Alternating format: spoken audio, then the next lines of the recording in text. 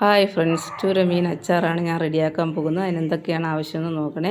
നന്നായിട്ട് കഴുകി വൃത്തിയാക്കിച്ച മീനിലേക്ക് മുളക് പൊടി, മഞ്ഞൾപ്പൊടി, ഉപ്പ് പോട്ട് നന്നായിട്ട് വിരവിയിട്ട് അരമണിക്കൂർ റെസ്റ്റ് ചെയ്യാൻ വയ്ക്കണേ. എന്നിട്ട് ചട്ടി അടുപ്പത്ത് വെച്ച് ചട്ടി ചൂടാകുമ്പോഴത്തേക്ക് നല്ലെണ്ണ വീഴ്ത്തണേ. നല്ലെണ്ണയിലാണ് മീൻ കഷ്ണങ്ങൾ പൊരിച്ചെടുക്കാൻ. 3/4 വേക്കാടിട്ടെടുക്കണേ. നന്നായിട്ട് മൊരിഞ്ഞ് കഴിഞ്ഞാൽ നല്ല ടേസ്റ്റ് ഉണ്ടാവില്ല.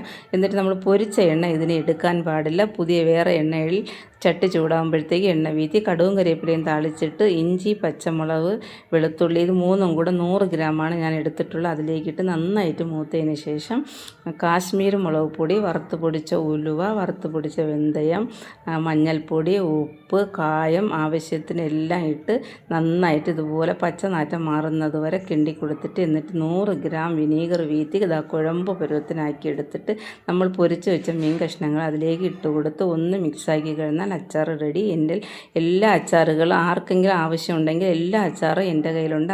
ആവശ്യമുള്ളവർ കമൻറ്റിൽ പറയണേ.